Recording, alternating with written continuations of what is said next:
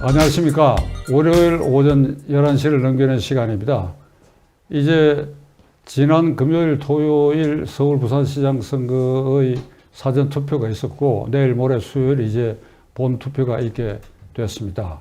여야 간에 이런저런 시끄러운 소리들을 서로 주고받고 이러고 있는데 현재까지의 진행된 이 선거의 양상, 판세에 대해서 장 대표께서 어떻게 생각하시는지. 뭐 이번 선거는요, 하여튼 야당 후보인 오세훈 후보가 압승하리라고 예상되고 있습니다. 그 선거 일주일 전까지 여론조사 결과를 발표할 수 있었는데 그때 여론조사는 대체로 오세훈 후보가 약 한 52% 과반수를 넘고 또 박영선 후보는 한 뭐 31% 정도 전후였는데 20% 이상 차이가 났기 때문에 야당 후보의 압승이 예상되고 또 그 이후에 여당 후보 진영에서 하는 일들이 너무나 국민들을 분노케 하기 때문에 격차는 더 많이 벌어지지 않을까 이렇게 예상되고 있습니다. 한 예로요, 지금 뭐 여당의 사람들 전공이 조작인데 예를 들자면은 오세훈 후보의 뭐 내곡동 땅이라는 거, 내곡동 땅이라는 게 그게 실체가 별로 없습니다. 오세훈 씨가 안 할 말로 후보가 그게 뭐 갔느냐 안 갔느냐. 물론 그것도 또 뭐 16년 전 일이라 그러네요. 그건 물론 간 걸 안 갔다 안 간 걸 갔다 하는 거는 문제가 있지만은 갔느냐 안 갔느냐가 자체가 이 부동산 투기에 관계가 없는 거거든요, 이게. 그런데도 이걸 지금 굉장히 조작하고 있습니다. 한 예로 생태탕이가 하는 사람을 만나가지고 이 정언을 들었는데 이게요, 김어준이가 하는 뉴스 공장, 뉴스를 만들어내는 곳이죠. 그 뉴스를 조작해내는 곳이죠. 거기서 생태탕 집 아들이 말이죠. 뭐 구두는 무슨 구두를 신고 옷은 뭐를 입고 자세하게 왔다는 것을 증거했는데 우선 그렇게 다 기억하고 있다는 것도 정말 잊기가 어려운 일이지만은 그런데요.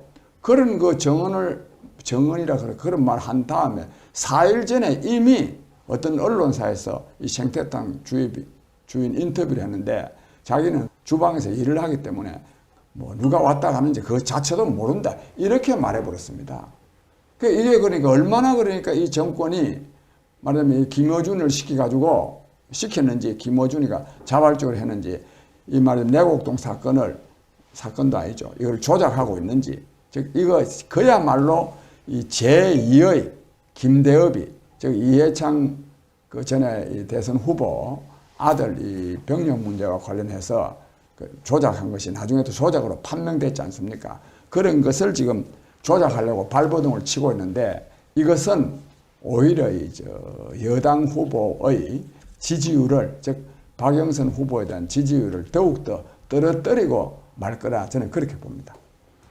TBS는 서울시가 설립하고 서울시 예산으로 운영되는 서울시청의 공영방송인데 거기에 김어준이라는 사람이 뉴스공장이라는 프로를 매일 아침 방송을 하면서 완전히 정권의 나팔수 역할을 했는데 이번에 이 세곡동 무슨 생태탕 집에 오세훈이가 나타났느냐 안 나타났냐는 것을 조작을 했단 말이죠. 그 조작하게 된 동기는 김어준 씨가 아마도 오세훈이라는 사람이 시장에 되면 그 프로가 없어질 것이라고 하는 위기감, 그 개인적 이익도 그게 보태져 있지 않느냐. 이런 생각이 드는데. 그거 없애야죠. 그것도 뉴스 공장이 또 뭡니까? 뉴스 공장. 그 이름도 아주 불쾌해. 뉴스 공장이니까 뉴스를 만든다는 소리거든. 사실대로 보도한다는 얘기보다도. 자, 그 점은 서울 시민들이 유권자로서 속지 않기를 바랍니다. 이분이 선거와 관련해서 제가 한마디 더 드리고 싶은 말씀이 있는데 저는 정말 국민을 이기는 정권은 없다 이렇게 봅니다. 흔히들 이 문재인 정권 또 문재인 정부 또 민주당이 하도 공작술이 뛰어나니까 특히 선거의 규제라는 말이 나올 정도로 이 선거 공작을 아주 잘하니까 이번 이 서울시장, 부산시장 선거에서도 무슨 수를 써서라도 여당이, 즉 민주당 후보가 이기지 않겠느냐 하는 이런 우려들이 굉장히 많았습니다. 그런데 앞서 말씀드린 대로 뭐 민주당이 이기기는커녕 폭망하게 됐습니다. 뭘 말하느냐? 역시 국민이 무서운 겁니다. 그리고 절대로 이어 꼼수가 통하지 않습니다. 이번에 LH 부동산 사건을 통해서 말하자면 문재인 정권의 종말을 지금 내다볼 수 있도록 지금 만들어주고 있습니다. 그 지금 갤럽 여론조사가 가장 그래도 신빙성이 높은 것으로 알려져 있는데, 지금 갤럽 여론조사에 의하더라도 무려 지금 3주째 계속 지금 문재인 대통령에 대한 지지율이 지금 떨어지고 있습니다. 32%까지 떨어졌습니다. 역대 최저치입니다. 그러니까 이 부정평가는 58%고 긍정평가는 32%인데 이게 30% 밑으로 떨어지게 되면 문재인 정권은 그야말로 뭐 레임덕이 아니라 붕괴 상태로 진입하리라고 보고, 그렇게 되면 권력 내부에서부터 엄청난 이탈 현상이 생기면서 문재인 정부가 식물 정부가 되어가지 않을까, 이렇게 저는 예측하고 있습니다. 박영선 후보가 어제도 거짓말하는 오세훈 후보 사퇴하라 그러는데, 박영선 후보가 정직하게 말하려면 말을 뒤집기 하는 거짓말하는 생태당 주인, 그 주인을 모셔서 뉴스공장에서 인터뷰한 김어준, 그 사람들이 사태를 조작한 것이죠. 아니, 거짓말 정권 아닙니까? 이 정권이, 문재인 정권이 거짓말 정권이고 너무너무 거짓말을 많이 해왔지 않습니까? 그런데 박영선 후보가 이제 거짓말을 하니까 사퇴하라. 그 시청자 여러분들이 다시 한번 곰곰이 잘 판단해 주실 것으로 믿습니다. 다음으로 선거관리위원회가 공정성을 잃고 있다. 뭐 저도 그렇게 생각하는데 장 대표 어찌 생각하세요? 예, 이 선관위가요 정말 뭐 공정성을 잃은 지는 이미 오래됩니다. 우선 이 중앙선관위의 구성부터가 편파적입니다. 말하자면 친문재인 정부 인사입니다. 이 선관위는 이 상임선관위원이 거의 선관위 업무를 주도하는데, 이 상임선관위원인 이 조혜주 씨가 문재인 대통령 선거 캠프에서 일을 한 사람입니다. 그런 사람을, 대통령 선거 캠프에서 일한 사람을 선관위원으로 임명하는 것 자체가 이게 잘못이고, 또 이에 대해서는 야당인 국민의힘에 대해서도 상당한 책임이 있다고 생각합니다. 이걸 어떤 일이 있더라도 이걸 막아냈어야 돼요. 막아냈어야 합니다. 또 여기다가 이 얼마 전에 중앙선관위원장을 임명했는데, 이 사람은 이 지금 이름이 노정희 대법관인데, 이 사람은 또 우리법 연구회 회원이었습니다. 우리법 연구회. 이런 사람들을 선관위의 중요 직책인 위원장 또 상임위원으로 임명해 두고 있다는 것 자체가 이게 선관위의 중립성을 훼손하는 그거요. 그다음에 여기 제가 덧붙여서 제가 한 말씀 드리겠는데, 얼마 전에요, 이게 뭐 선관위가 지금 편파 판정을 한 게 한두 가지가 아닌데, 이런 일이 있습니다. 야당 쪽에서요 현수막을 거는데 내로남불 정권, 무능 정권, 위선 정권을 심판하자 그러니까 이 중앙선관위에서요 그것은 특정 정당을 연상시키니까 그는 위법이라고 했습니다. 참 이거 정말 국민 여러분, 이거 정말 웃어야 될지 이게 기가 막힌 일입니다. 근데 기가 막힌 일인데요, 이거 참 이거 기가 막힌 일입니다. 이거 달리 표현할 방법이 없네요. 내로남불 정권을 연상시킨다. 아마 선관위가 아는 모양이죠. 어느 정당을 연상시키겠습니까? 민주당이죠. 연상이 아니라 민주당이죠. 무능 정권, 이 내로남불, 위선. 정말 이 정권은 무능보다 더 문제는 위선입니다. 위선. 아까 이 거짓말 말씀도 나오는데, 정말 이 거짓말이 몸에 배뿌렸습니다. 저는 이거를 진짜 한명숙 씨 그 사건부터 이 지금 이른바 이 진보가 아닙니다만, 이른바 이 지금 민주당 쪽 사람들은 거짓말을 하는 게 절대로 나쁜 게 아니다. 하는 이런 아주 잘못된 생각을 하고 있습니다. 그다음에 하나 덧붙여서 제가 말씀드리고 싶은데 이 언론인 여러분들께서 이 좀 기사 쓸 때 유념해 주셨으면 좋겠는데 이 우리법 연구회나 국제인권법 연구회 뭐 출신 뭐 노영희 뭐 대법관 노정희 대법관 이렇게 말할 때 앞에다 뭘 갖다 붙이느냐 하면 진보 성향의 국제인권법 연구회. 진보. 김명수 대법원장도 이 국제인권법 연구회 회장 출신이거든요. 그렇게 할 때 진보 성향의 국제인권법 연구회. 이게 계속 이렇게 나옵니다. 이렇게 하면 안 됩니다. 이 진보 성향이 아닙니다. 이거는 굳이 말하면 관형사를 붙인다면 권력지향적인 우리법 연구회, 권력지향적인 국제인권법 연구회 이렇게 해야 된다는 것을 제가 꼭 좀 말씀드리고 싶습니다. 장 대표가 지금 요 짧게 두 가지 문제를 말씀하셨는데 지금 우리 사회의 진보라고 하는 것은 정의를 말합니다. 예. 정의, 공정을 대변하는 단어가 진보거든. 예. 그러니까 민주당의 운동권 출신들이 우리는 특히 한명숙 씨가 그 입에 달고 있는데 민주 진보 정권이라 이게 리드미컬하게 지금 생각하면 진보라는 게 깨끗하고 나아가야 되는데 부정의하고 불공정하고 그런 걸 상징하는 단어가 되어버렸단 말이야.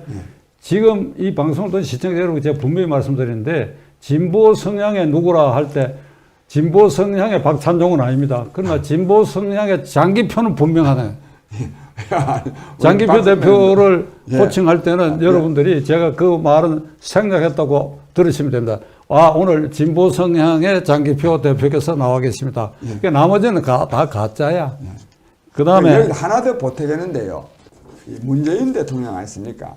여기 또 계속 갖다 붙이는 관형사가 있습니다. 인권 변호사 출신. 인권 변호사가 아닙니다. 왜 아니냐 하면요. 부산에서 이 변호사 개업을 하면서 인권 변호사가 되려 그러면은 1980년, 81년도에 있었던 적어도 부림 사건이라는 게 있어요. 부산대학교 학생 운동하던 사건. 거기에 이렇게 변호인으로 참여를 했어야 되는데 전혀 그렇지 않았어요, 이 사람은. 그게 고영주 사건 재판에서도 나와가지고 그때 자기는 그 사건에 참여하지 않았습니다. 그러니까 1987년, 말하면 민주화된 이후에 시국 사건이나 노동 사건에 관여하는 것이기 때문에 이런 사람들은 보고는 인권 변호사라고 말해주지 않습니다, 이게. 그런데 맨날 문재인 대통령 후보 인권 변호사라고 이렇게 칭해주는 것은 그건 좀 잘못되었다. 이것도 제가 아울러 지적하고 싶습니다. 말씀이 나왔으니까 제가 한 가지 여쭤볼게요. 오래전에 진보 성향의 장 대표께서 조선일보하고 인터뷰를 하면서 문재인 변호사는 인권 변호사가 아니다. 내가 80년도에 만나가지고 그 인권단체 구성하는 걸 권유했더니 거부했다는 거 증언하셨잖아요. 그 얘기 오늘 나온 김에 제가요, 1984년도에 민통연을 말하면 결성을 하면서 전국을 제가 순회를 했습니다. 그때 제가 이 부산에 있는 고호석이라고 마침 기억이 나네요. 그 후배 소개로 우리 옛날에 학생운동한 우리 선배 변호사가 있으니까 우리 장 선배께서 만나가지고 좀 설득을 해서 함께 할 수 있도록 하라고. 그래 내가 문재인 변호사를 제가 만났습니다. 만났더니 선배님, 저는 이제 그런 운동에는 관여하지 않습니다. 단호하게 말해요. 말하고 또 그 얼굴 생김새로 봐서 이 사람이 다시 이런 운동에 나설 것 같지 않다 싶어서 그 뒤에는 일체 만날 일이 없습니다. 왜? 안 할 것 같았으니까. 그런데 이 문재인 씨를 두고 마치 아주 운동권의 아주 핵심 인사냥 계속 지금 행세도 하고 그렇게 또 인정도 해주고 있습니다. 우리 사회에서. 그건 아주 잘못된 거라는 말씀을 제가 드립니다. 최근에 그 외신에도 어떻게 설명하는 거니까 이게 전단금지법을 문재인 정부에 통과시키고 이럴 때 앞에 수식어가 인권 변호사 출신 대통령 아래서 이런 일이 있는데 이렇게 외신도 그렇게 인용을 하더라고.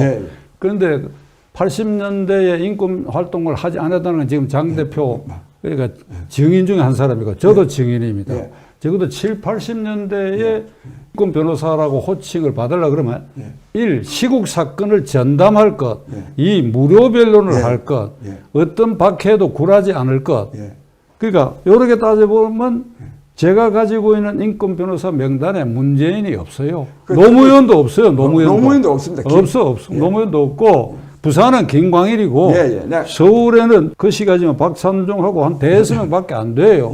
저는 그래가지고 85년에 변호사 업무 전두환 정권에서 업무 정지를 3년 4개월 당했잖아. 그러니까 그 문재인 변호사가 인권 변호사다. 그 외에도 뭐 정치인 중에 인권 활동 이건 있을 겁니다. 87년 세상이 좋아지고 난 다음에 그제 그 조선 소위의 노사 갈등이 격화됐을 때 뭐 그 노조 활동 대리를 해준 거 그거는 아마 착수금도 받았을 거예요. 그건 노무현, 문재인이가 한 흔적이 한두 개 있. 문재인이 그때도 없고 노무현이가 그때 했습니다. 그 한 일이 있는데 그 일로 노무현 변호사가 87년 이후에 노동부 장관 했던 변호사하고 노무현 변호사가 토영 지원에서 구류 15일을 맞은 일이 있어요. 왜 그거 가서 이러니까 그게 경력이야. 그 제가 토영경찰서에 면담하러 갔었다고. 그때 나 부산 출신 국회의원이기 때문에 이 리스트에도 없어요. 그러니까 이게 이 얼마나 이게 위선적이고 가짜고 말이지. 그 문재인 대통령이 어느 단계 기자회견을 자주 안 하다 보니까 이렇게 꼴이 되는데 초기 단계에 저는 사실 인권 활동한 일이 없습니다. 이렇게 자백을 해야 돼요. 그러니까 태연이 있지 않습니까? 제가 조금 보충해서 말씀드리겠는데요. 지금 그 김광일 변호사가 돌아가셨지 않습니까? 김광일 변호사가요, 정말 열불이 터져서 말씀하시기를 언제 노무현이가 시국사건 변론했느냐. 뭐 문재인은 근데 이 말에도 대상도 오를 필요가 없습니다. 그래서 노무현 대통령이 조금 전에 우리 박 대표님께서 말씀하신 그 대우조선 그 사건이에요. 그거요. 87년 6월 항쟁으로 이미 6.29 항복 선언한 다음에 그때가 아마 한 뭐 9월 달쯤이나 됐을 겁니다. 그때 일어난 사건이기 때문에 87년 6.29 선언이 나오기 이전과 이후는 하늘과 땅 차이입니다. 그 이후에 이 시국사건 변론한 사람들은요 다요 돈 받고 했습니다. 요즘 변호사들이 많아가지고 변론 이 사건 수임하기도 어려운 때 요즘 민변이라 하는 사람, 이런 사람들은 오히려 민주화운동 사건 관련 뭐 재심 이런 거 해가지고 돈 벌고 있습니다, 지금. 이런 사람들이 지금 뭐 민주 변호사 이렇게 하고 있는데 정말 양심이 없는 사람들입니다. 그 오늘 이 주제를 안 다루려고 했는데 이렇게 다뤄졌으니까 마지막으로 제가 한마디 해야 되겠는데 변호사는 전부 인권 변호사입니다. 국민의 인권을 보호하도록 변호사법에 되어 있으니까 광의의 의미에서는 뭐 박찬종이도 그렇고 다 인권 변호사고 지금 우리가 박선배님은 본래 옛날에 그 87년 이전에도 인권 변론을 하셨으니까. 그러니까 그게 이제 협의로 따져서 우리가 독재 정권 시절에 박해를 각오하고 무료 변론하고 한 그것이 이 전형적인 인권 변호사 개념입니다. 그 숫자는 적어요. 그 80년대 그 대장은 이동명 변호사였고 그 몇 명 되지 않았습니다. 그러니까 이게 세월이 좋아지고 나니까 아무나 인권 변호사가 제가 속으로 웃어요. 근데 오늘 진보 성향의 장 대표께서 좋은 화두를 꺼내주셨는데 아마 시청자들이 재미있게 들었을 것 같습니다. 그 마지막 오늘 그 이슈로 고위공직자 범죄수사처 처장 김진욱이라는 자가 중앙지검장 이성윤이를 황제 대우를 해서 조사를 했는지 면담을 했는지 아리송한 행동을 한 거. 이거 어찌 생각하세요? 이거 정말 어쨌든지 뭐 공수처라는 것은 위헌기관이지만 그래도 사법기관으로 어쨌든지 제도적으로는 들어섰는데 이 공수처장이라는 사람이요. 말하자면 피의자죠. 피의자를요. 자기 차에다가 말하자면 영접을 하고 있습니다. 영접을. 근데 거기다가 또 오늘 아침에 신문에 보니까 그 운전한 사람이요. 추미애 전 장관의 한양대학교 동기생, 사법연수원 동기생의 또 아들이라네요. 아들. 국민 여러분, 본래 이 공수처가요, 만들어져야 될 법이 아닙니다. 지금 이 공수처와 관련해서 뭐 김대중 정부 때부터, 노무현 정부 때부터 뭐 공약으로 내세운 게 만들어졌다 그러는데, 그때 그러니까 김대중 정부 때, 노무현 정부 때, 또 문재인 대통령이 대통령 되기 전에 그때 공수처는 검찰이 권력의 주구에서부터 도저히 벗어나지를 못하니까 이는 아주 뭐 생내적으로 아주 권력의 주구 역할을 하니까 그렇다면은 고위공직자 범죄를 수사할 수사서를 따로 만들어야 된다. 이래 만드는 겁니다. 지금 그러니까 이 문재인 정부에서 만든 공수처와 지난 정권 시절에 공수처를 만들어야 된다고 주장했던 그 이유는 완전히 달라졌습니다. 그러니까 그때는 검찰을 못 믿어서 그랬는데 지금은 검찰이 정권 실세들이 검찰이 두려워서 검찰을 무력화하기 위해서 이 공수처를 만드는 겁니다. 이걸 다시 한번 말씀드리고 이렇게라도 만들어졌으면 제대로 좀 수사하는 흉내라도 내야 되는데 제1번 피의자인 제1번으로 이 조사받게 된 이성윤 검사장을 완전히 그냥 말하자면 황제 뭐 조사를 그럴까요? 그런 걸 해가지고 지금 문제가 되고 있는데 이거는 뭐 제가 자세한 설명을 생략하고 얼마나 이 공수처라는 것이 권력의 또 하나의 주구가 되었는가 하는 것을 저는 증명하고 있다고 생각합니다. 저는 이 공수처를 입에 올리기가 참 아주 언짢은데 헌법에 근거가 없는 유령 기관, 공수처법이 헌법에 위반된 법률, 그 위헌인 법률에 근거한 유령기관, 유령기관장이니까 유령 같은 짓을 했거든요. 이게 빨리 공수처법 폐지를 해야 됩니다. 그건 국회가 폐지 법률로서 통과시켜버리면 그날로 없어져 버릴 일인데 자관 이번 이 선거가 결과에 따라서 민심이 폭발하게 되면 다수 의식을 민주당이 차지했다 하더라도 이 폐지 법률을 통과시킬 것이라고 믿고 오늘 여기서 이제 끝내야 되겠는데 오늘 아주 제가 유쾌한 시간을 가진 것은 시청자 여러분들께 진보 성향의 신문명연구원장 장기표 대표께서 오늘 나와주셨습니다. 감사합니다. 감사합니다.